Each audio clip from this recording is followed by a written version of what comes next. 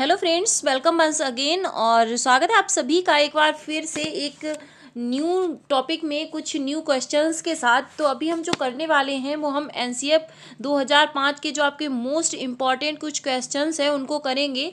और यहाँ पे हम देखेंगे जो हमने कल थ्योरी करी थी उसी से रिलेटेड है। अगर आपने उसको किया होगा तो आप बहुत ही आसानी से इनके आंसर्स दे पाओगे। और आप एनसीएफ के देखो, एनसीएफ में कुछ ऐसे वर्ड्स होते हैं जिनसे कि आपकी पेडागोजी बहुत ही मजबूत हो जाएगी और आप पेडागोजी के जो आंसर्स हैं उनको बहुत आसानी से दे पाओगे।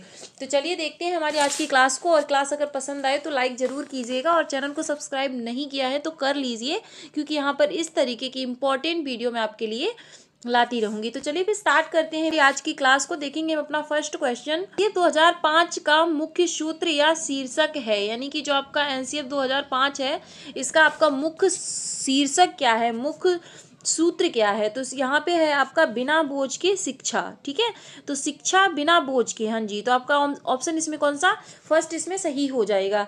सेकंड देखेंगे, बिना शिक्षक के, बिना शिक्षक के शिक्षा कैसे हो सकती है, रटने के साथ नहीं, बल्कि रटने के बिना शिक्षा बताई है इन्होंने। अच्छा बिना प्रयास के, ये तो कोई ऑप्शन ही नहीं है, तो आपका इसमें फर्स्ट ऑप्शन सही हो जाएगा। चलेंगे अपने नेक्स्ट क्वेश्चन पे। नेक्स्ट देखेंगे हम, एनसीएफ 2005 की शुरुआत रविंद्रनाथ टैगोर के किस निबंध से होती है। यानी कि जो एनसीएफ 2005 है उसकी शुरुआत रविंद्रनाथ के एक निबंध से होती है, उसका नाम क्या है। सभ्यता और शिक्षा, सभ्यता और शिक्षा नहीं है, सभ्यता और प्रगति है। तो देखना यहाँ पे आपको कंफ्यूज करने के लिए इस टाइप के ऑप्शन आपको वहां पर मिल सकते हैं। अब जल्दी में क्या करोगे, आपको सभ्यता की प्रगति और सभ्यता और प्रगति में डिफरेंस नहीं समझ आएगा और आप वहां पे क्या करोगे, आप सभ्यता की प्रगति आंस करके या फिर मतलब गलती से वहां पे कर सकते हो। तो इन चीजों का आपको वहां पे ध्यान रखना पड़ेगा ताकि आपके ऑप्शन या जो आपका पेपर है वो बहुत ही अच्छा जाए। तो सभ्यता और प्रगति, यानी कि आपका जो सी ऑप्शन है इसमें वो सही हो जाएगा। चलिए, एनसीएफ 2005 में गणित को क्या बताया गया है, यानी कि गणित आपको क्यों पढ़ाना चाहिए, इसके विषय में एनसीएफ क्या कहता है आपका। तो एनसीएफ आपका कहता है कि गणना करने की क्षमता का विकास ही है। देखो, गणित का मुख्य उद्देश्य क्या होता है, गणित का मुख्य जो रिलेशन होता है वो किससे होता है, गणना से, यानी कि कैलकुलेशन से। लोकतांत्रिक मूल्यों का नहीं होगा, आपका सांस्कृतिक विरासत को सुरक्षित रखना, ये गणित का उद्देश्य नहीं हो सकता है। और मानसिक जागरूकता, ये भी नहीं। तो गणित का एकमात्र उद्देश्य क्या है, गणना करने की जो क्षमता है बच्चे में उसका क्या किया जाए, विकास किया जाए। देखेंगे अपने नेक्स्ट क्वेश्चन को। नेक्स्ट है आपका, अगर आपने अभी तक थ्योरी नहीं देखी है तो देख लेना, क्योंकि उसी में से सीधे सीधे आपके क्वेश्चन पूछे जाते हैं और आपके लिए ये मोस्ट इंपॉर्टेंट है। ये सीटेट में तो आपका काम आएगा ही, उसके बावजूद आप जो भी, चाहे फिर वो केबीएस हो, एनवीएस हो, DSSB हो, है ना, आपका सुपर टेट हो, यूपी का, सारे ही आपके जितने भी आपके एग्जाम्स हैं ये सब में मोस्ट इंपॉर्टेंट टॉपिक के रूप में वहाँ पर शामिल रहता है। तो इसको आप जरूर अच्छे से पढ़ लीजिएगा। देखेंगे यहाँ पे हम अपने ऑप्शंस को, राष्ट्रीय पाठ्यचर्या रूपरेखा 2005 के अनुसार शिक्षक की भूमिका होनी चाहिए। अब जो एनसीएफ आपका कहता है वो सीधा सीधा कहता है कि शिक्षक आपका होना चाहिए फैसिलिटेटर, यानी कि सुविधा प्रदाता, नेता नहीं, शासक नहीं, भाई नहीं। यहाँ पे आपका क्या होना चाहिए, सुविधा दाता के रूप में उसको देखा जाता है। तो ऑप्शन आपका डी यहाँ पर सही हो जाएगा। चलेंगे अपने नेक्स्ट क्वेश्चन पर। यदि प्राथमिक स्तर पर मातृभाषा, देखो मैं जल्दी इसलिए पढ़ाती हूँ आप लोगों को, अगर आपको मेरी स्पीड थोड़ी बहुत ज़्यादा लगती है तो आप मुझे कमेंट सेक्शन में बता सकते हो। मैं आपको जल्दी इसलिए पढ़ाती हूँ ताकि आप मतलब खुद से जल्दी पढ़ने की अपने आप में प्रैक्टिस करो। देखो, जितनी जल्दी आप क्वेश्चन को पढ़ लोगे उतनी जल्दी आपके पास वो टाइम सेव रहेगा और उसमें आप क्या कर सकते हो, अपने ऑप्शन को भी ढूंढ सकते हो। क्योंकि सीटेट में क्या होता है, सीटेट में आपके ऑप्शन लेंदी होते हैं। अगर आपकी स्पीड पढ़ने की कम है तो आप कम से कम आप 1 से 2 मिनट अपने एक क्वेश्चन में ही लगा दोगे, जिससे कि आपका टाइम वहाँ पे बहुत ज़्यादा कंज्यूम हो जाएगा। इसलिए मैं इसी तरीके से क्वेश्चन को, नॉर्मली मैं पेपर देने जाती हूँ तब भी मैं ऐसे ही पढ़ती हूँ और मैं आप लोगों को बताती भी हूँ, तब भी मेरी कोशिश यही रहती है कि मैं आपको जल्दी से बताऊँ कि आप जल्दी से जल्दी क्वेश्चन को किस तरीके से वहाँ पर पढ़ सकते हो। ओके, यदि प्राथमिक स्तर पर मातृभाषा अथवा स्थानीय भाषा के शिक्षक उपलब्ध ना हो, है ना, यानी कि प्राथमिक स्तर पर वहाँ जो मातृभाषा बोली जाती है, जैसे राजस्थान है या यूपी है, तो वहाँ पे कहीं पे राजस्थानी बोली जाती है, तो वहाँ पे उसके शिक्षक ही उपलब्ध ना हो, तो संविधान के कौन से अनुच्छेद के तहत स्थानीय शिक्षा अधिकारियों को भाषा विकास की सुविधा उपलब्ध कराने का अधिकार है। यानी कि फिर उनको वो क्या करेंगे, भाषा की सुविधा, यानी कि उनको भाषा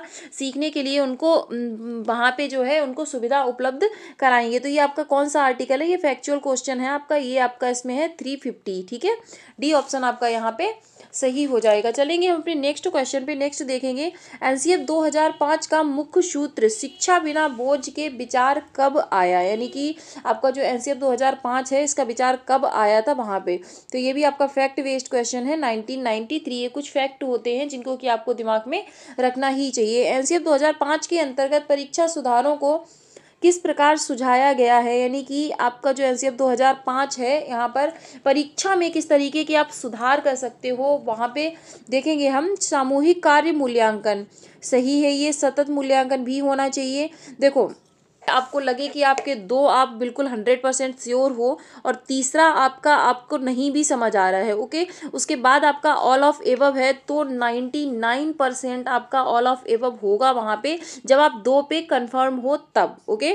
तो इस तरीके से आप कुछ ट्रिक्स भी अप्लाई कर सकते हो वहाँ पे, जिससे कि आप अपने पेपर को जल्दी और आसानी से कर पाओगे। देखेंगे अपना नेक्स्ट क्वेश्चन, विद्यालय शिक्षा का अब तक का नवीनतम राष्ट्रीय दस्तावेज है, ओके, यानी कि नवीनतम, ये सॉरी यहाँ आ गया है, राष्ट्रीय दस्तावेज है। तो देखेंगे हम उसको कौन सा है हमारा यहाँ पे एनसीएफ 2005। आपका ऑप्शन इसमें कौन सा सही हो जाएगा, फर्स्ट वाला। देखेंगे नेक्स्ट क्वेश्चन, किस मंत्रालय की पहल पर एनसीएफ 2005 को तैयार किया गया था। यानी कि जो आपका एनसीएफ था उसको किस मंत्रालय की पहल पर तैयार किया गया था। तो आपका इसको तैयार किया गया था मानव संसाधन विकास मंत्रालय, जो कि अभी हमारा नहीं है और यहाँ पे इसका नाम बदल कर दिया है एजुकेशन मिनिस्ट्री, ओके।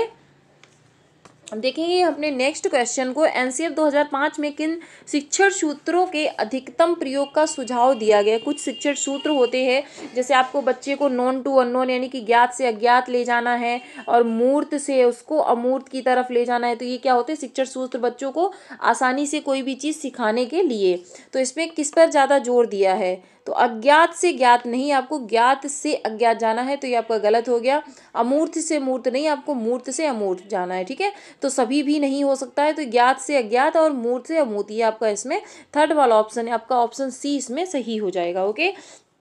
चलेंगे हम अपने नेक्स्ट क्वेश्चन पर। नेक्स्ट देखेंगे एनसीएफ 2005 की कार्यशाला है वो कहाँ पर स्थित है, यानी कि कहाँ पर आयोजित की गई है। तो ये भी आपका फैक्ट बेस्ड क्वेश्चन है, एनसीईआरटी दिल्ली में आपके इसकी कार्यशाला स्थापित की गई है। चलेंगे अपने नेक्स्ट क्वेश्चन पे, निम्न में से एनसीएफ 2005 में किस बात पर बल दिया गया है। यानी कि जो एनसीएफ है वहाँ पर देखो कुछ चीज़ें वहाँ पर ऐसी हैं कि आप वहाँ से सीधा सीधा स्टेटमेंट दिया है और वहीं से उठा के ये क्वेश्चन आपसे पूछेंगे, ठीक है।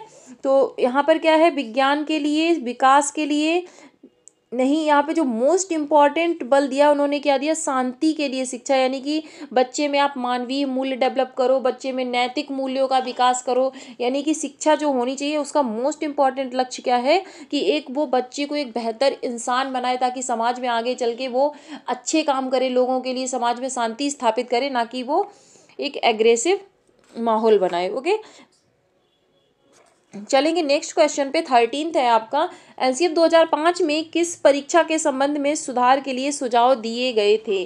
तो यहाँ पर आपका जो है class 10th, okay, class 10th की जो आपकी परीक्षा है वो कैसी होनी चाहिए, ऐच्छिक होनी चाहिए। ये किसने कहा था, एनसीएफ 2005 ने इसकी सिफारिश की थी। पाठ्यक्रम निर्माण की आवश्यकता क्यों होती है, ओके।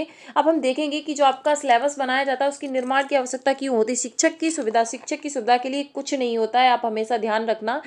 पेडागोजी में शिक्षक को कोई सुविधा नहीं दी गई है।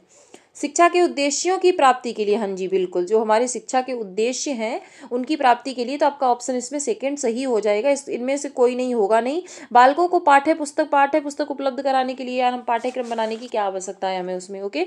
तो इसमें ऑप्शन आपका बी सही हो जाएगा। चलेंगे हम अपने नेक्स्ट क्वेश्चन पे एंड लास्ट क्वेश्चन पे।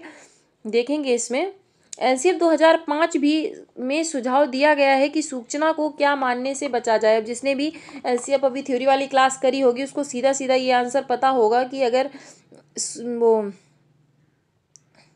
एनसीएफ में अगर कोई भी सूचना दी जाती है तो उसको क्या ज्ञान मानने से बचा जाए, उसको डायरेक्ट आप ज्ञान मत मान लिए, नॉलेज मत मानिए, क्योंकि सूचना को बच्चे को क्या करना है, बच्चे को एनालिसिस करना है, बच्चे को क्वेश्चन करना है, बच्चे को डिफरेंट वे में उसके बारे में सोचना है। ओके, तो आपका ऑप्शन इसमें जो सही हो जाएगा वो ए हो जाएगा। हमने 15 क्वेश्चन के किए और काफ़ी अच्छे क्वेश्चन थे ये, और आपको ये काफ़ी हेल्प करेंगे आपके पेपर में।